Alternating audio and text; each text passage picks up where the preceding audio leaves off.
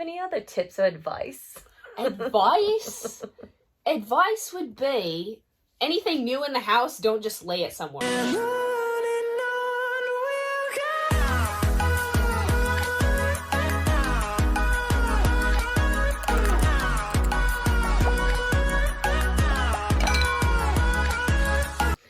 Hey everyone, welcome back to my channel. My name is JessConstantino, and today I am here with my niece, Mina. She is going to be talking to me about what it's like to have a visually impaired aunt.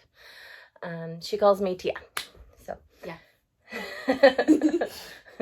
I was gonna ask you first, what do you have any like good experiences of having like an aunt that has low vision? There was obviously the Disney World one.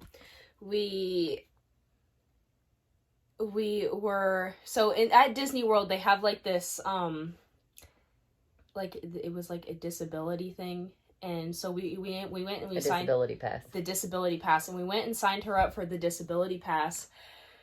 And it's where you could put yourself in line and they would tell you a wait time, then you can go and do other stuff. And then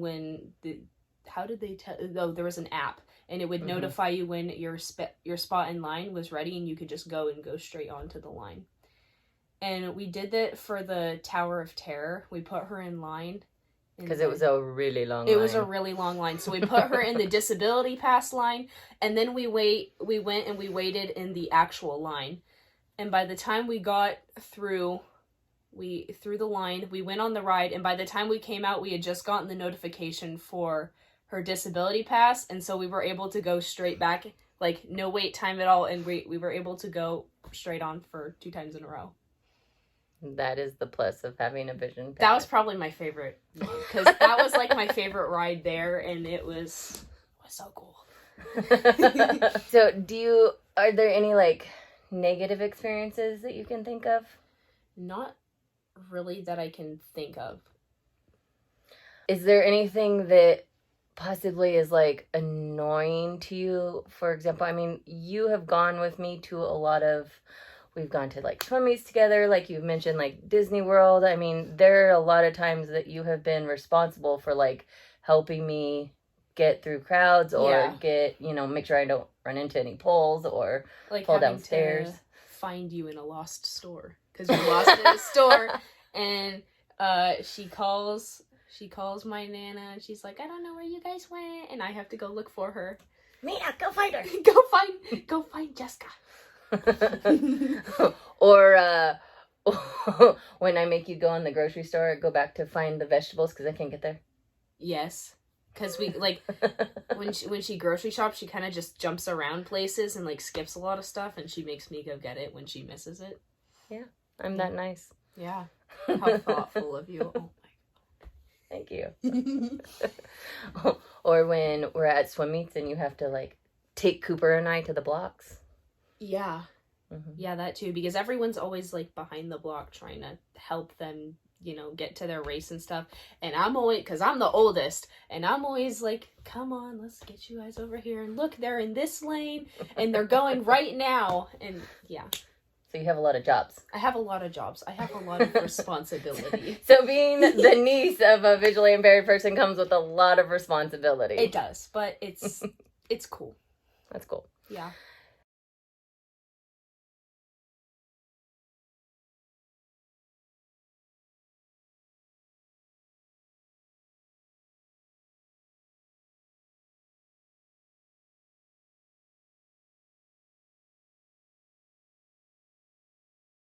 All right. Well, do you have any like anecdotes or anything like you do really good impressions? Would you like to do any impressions?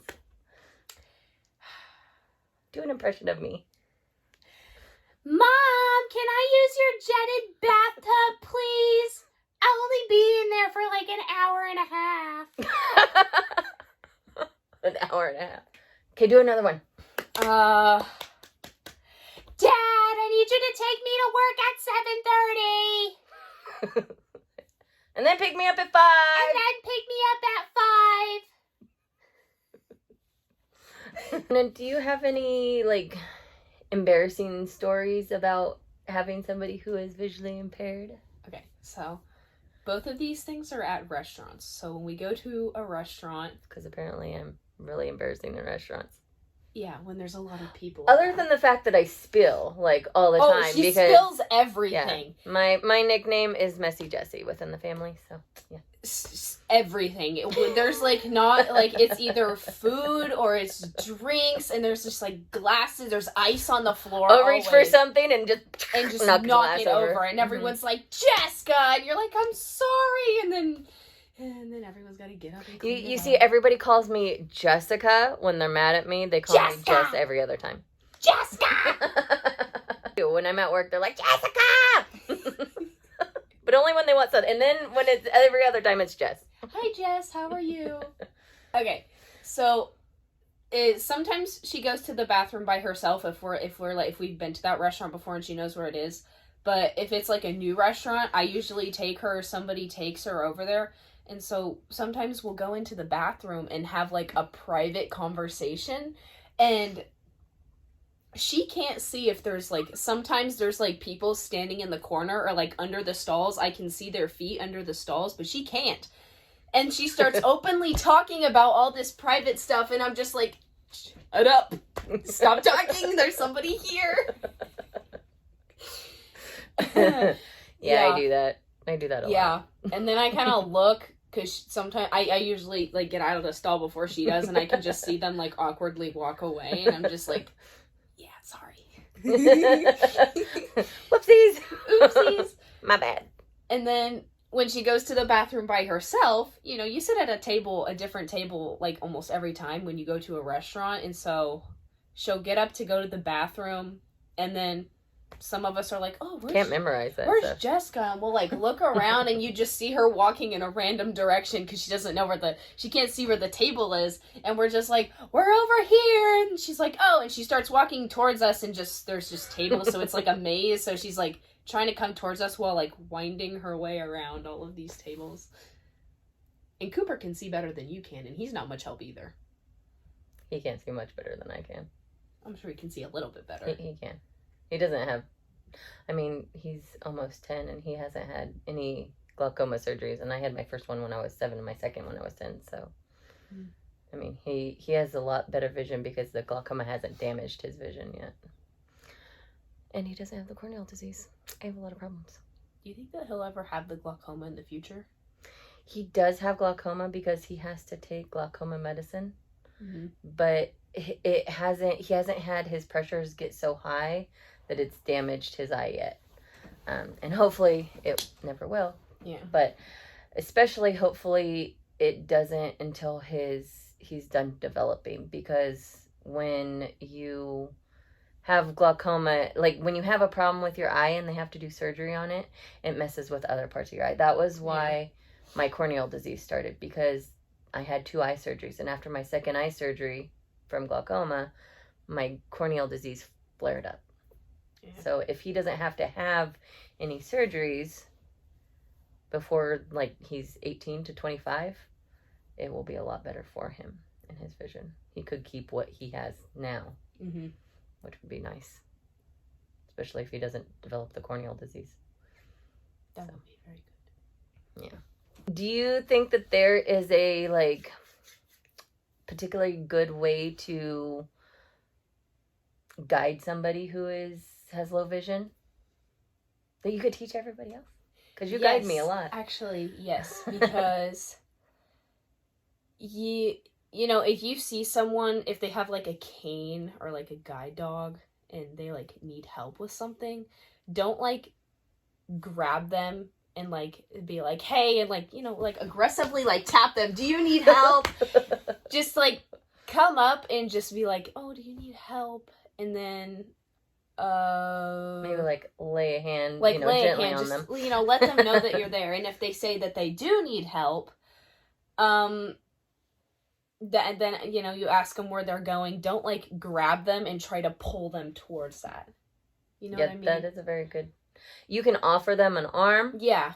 And that's usually what most people that can't see prefer, because that's how sighted guides guide us, is you take a hold of somebody's elbow.